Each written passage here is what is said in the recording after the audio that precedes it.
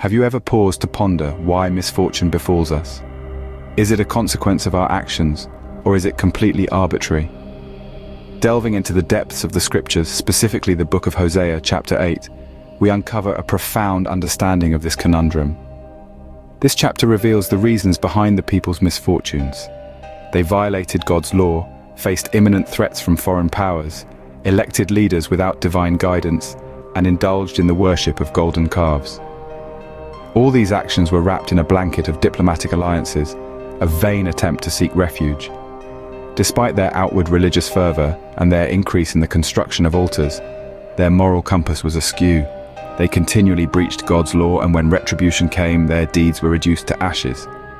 Let me share a personal family story to illustrate this point. When my eldest son was just 2 years old, he was always full of curiosity. His desire to explore was insatiable. He would twist anything round, press anything square, and tug at any line.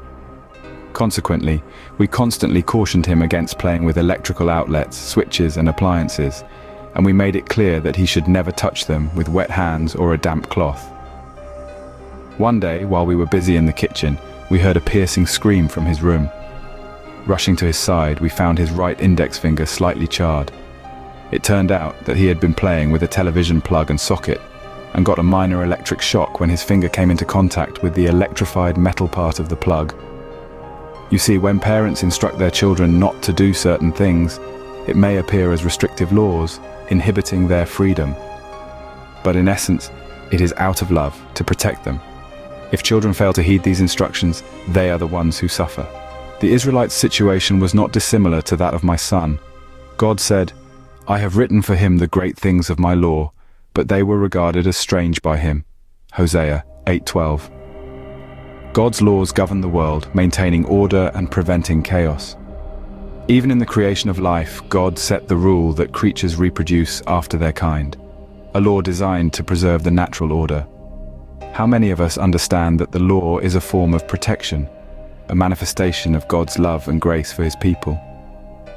Jesus said, "Do not think that I have come to abolish the law or the prophets. I have not come to abolish them, but to fulfill them." He understood that the essence of God's law is love, love for God and love for one another.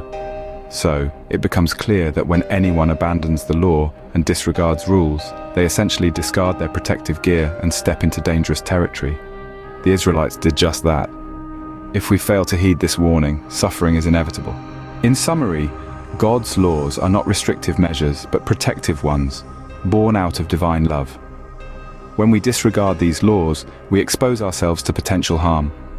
The story of the Israelites serves as a cautionary tale for us. Let us remember that adherence to God's laws is not only an act of obedience, but also a means of protection against misfortune.